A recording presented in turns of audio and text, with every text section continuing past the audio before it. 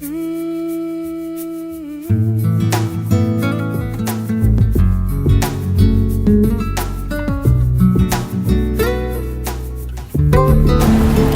at Markeaton Garden Centre with March's edition of Green Fingertips, and here we have Mark Smith. Hello, Liz. Hi. Right, we're here at a different venue. Different venue, Yes. exciting new chapter. I moved to Markeaton Garden Centre. It's really exciting times. Yeah. For Burton TV, for the viewers, for ourselves. There's lots of building work going off here at Markeaton, and it's a really exciting chapter. We're going to do new building work. We've got a brand new tea rooms here, and we're going to extend the tea rooms, and along with the tea rooms we're going to have a classroom in essence, where we're going to have workshops, classes, talks, all about gardening, and where people can come along and just learn different aspects of gardening. So really looking forward to be doing that, and on future programmes of Green Fingertips we'll be showing those classes in progress. So really excited. Unfortunately today it's a bit windy, so we can't show you that bit, and very wet, but we'll muddle along. Sorry to the viewers about the noise, but obviously that is the wind. It's all about spring colour at the moment, and all the spring balls are starting to flower. It really feels like spring's on its way. These mostly it's all snowdrops at the moment, but we've got things like daffodils here. This is a dwarf one, very popular daffodil called Tate Tate. Doesn't actually get any larger than that, so great for a pot. Small borders, absolutely fantastic, and it's just starting to come into flower now, just coming into flower bud. But that's a pot of daffodils that you plant as is. You don't split it up. You just plant it as a clump, and that'll naturalise. Like bunches. It just creates a little dwarf bunch of daffodils. Very pretty.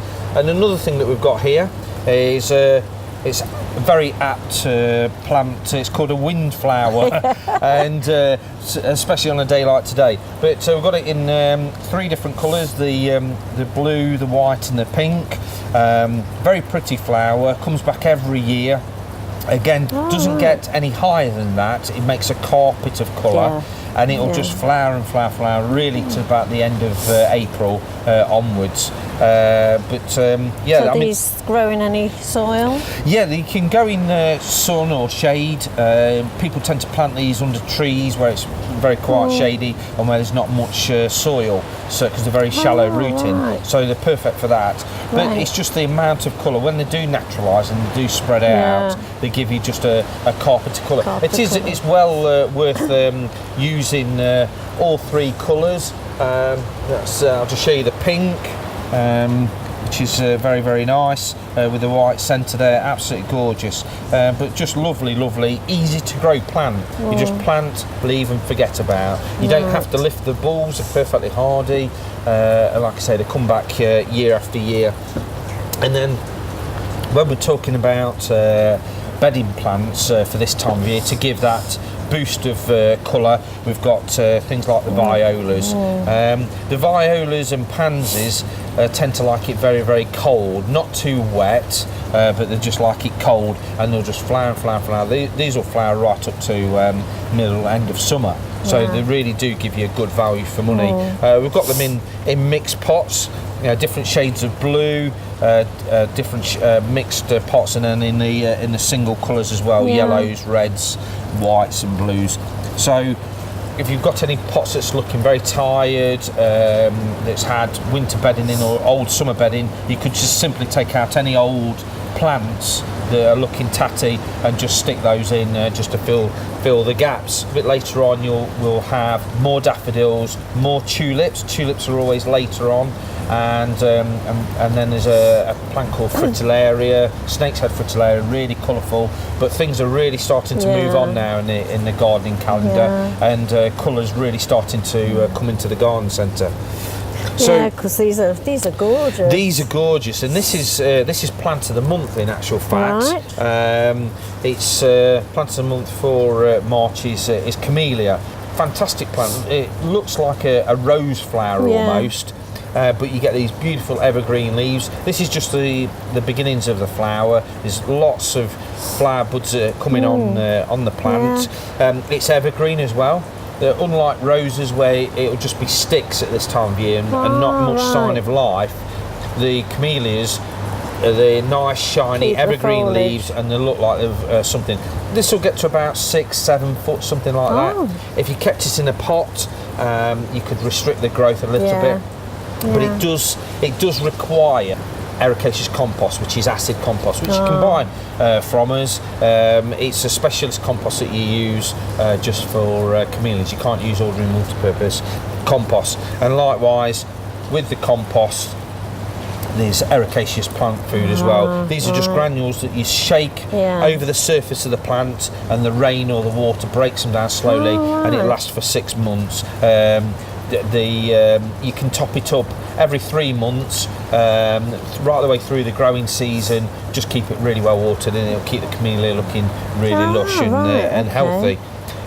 So it's not tricky plants. People think that camellias are not hardy and they're quite difficult to grow, but the camellias actually originate from the Himalayas, so a very cold region of the planet, and they do extremely well in cold areas. You've just got to check that where you're planting it isn't in a frosty area. If you've got a wall or a fence that doesn't get direct sunlight in this morning, perfect place.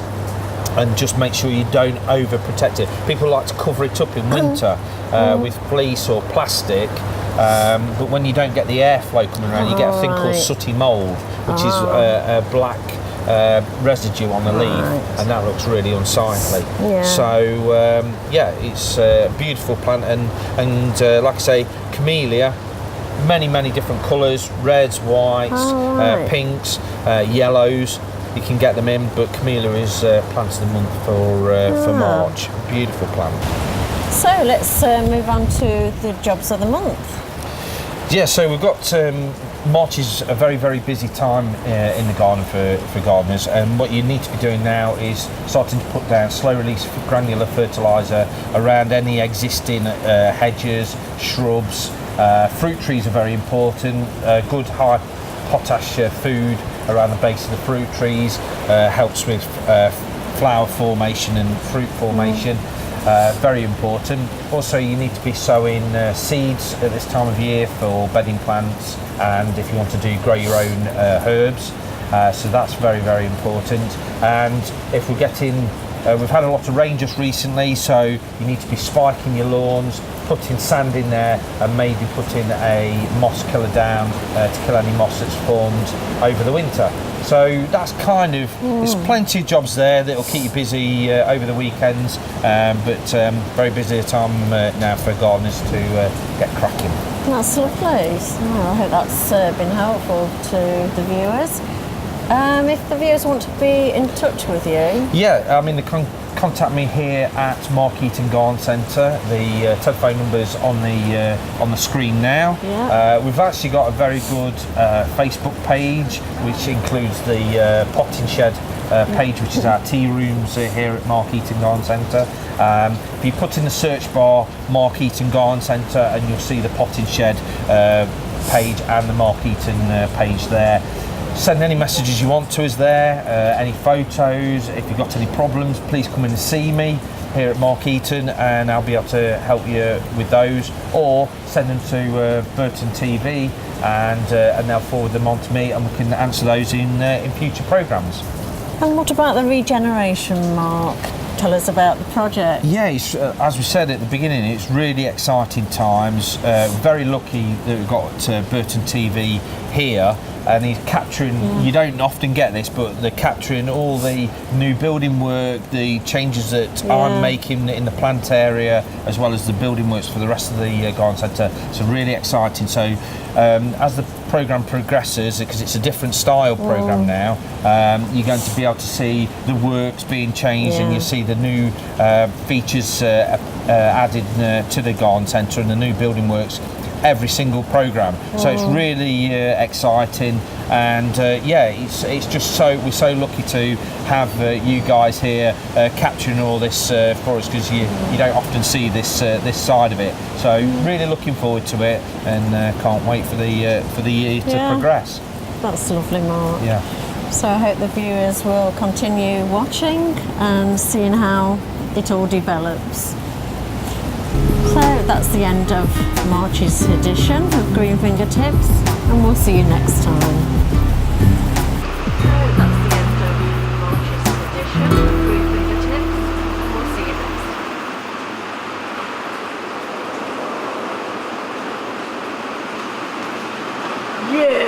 next time.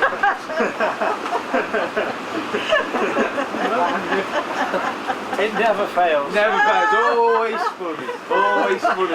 And we're clear. Oh, What you do is hang on, you see, and they've got to stand there because you haven't switched off, and they go, yeah. We did the stupid. If you keep ladies happy, everything else falls into place. What do you mean?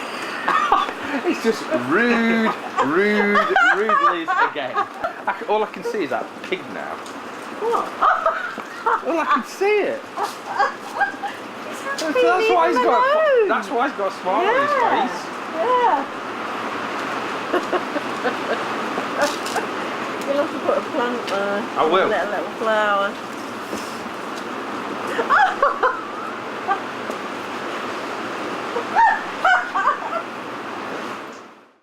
We're at Markeaton Garden Centre with March's. Sorry.